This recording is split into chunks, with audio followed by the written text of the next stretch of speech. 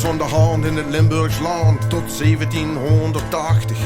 De boer was blut en de burgerdom en de kerk oppermachtig.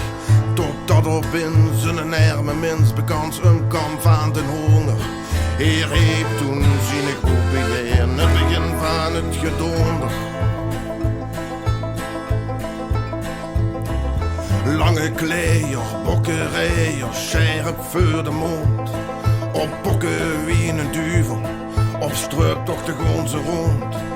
Schreeuwen door de nachten, met fakkels in de hand.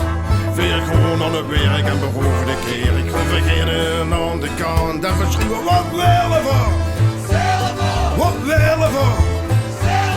Wat willen we?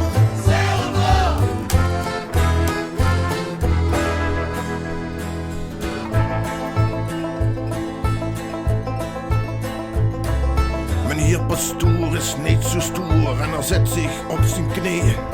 Beschermen sliffen hier, voor hem zien ze niet tevreden. Hier geeft Michael zegen en verhuurde ze alsjeblieft. Ik smeek, ik hou ze tegen, iedere duivel en iedere dief. Daar komen ze, geef me goeie raad. Ik huur ze nader komen, ik huur ze op de straat. Hier geef me een teken en stel me niet teleur. Maar huurt ze schreeuwen en bonken, ja, ze stonden al aan de deur. En ze schreeuwen, wat willen we? Wat willen we? Wat willen we?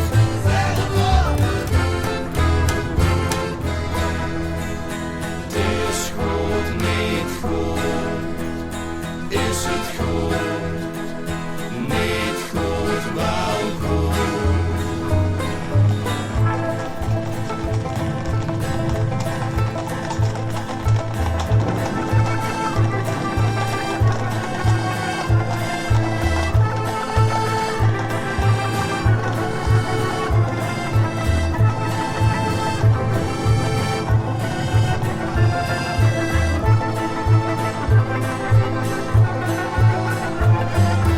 Hier nu s'avonds in bed lig en uw hart gaat sneller slaan.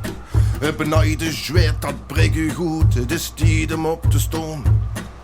Loop dan naar de venster en loert eens naar de maan. Misschien kent geen ze huren, ja, de bokkerijers komen eraan. En ze schreeuwen, wat willen we? Wat willen we?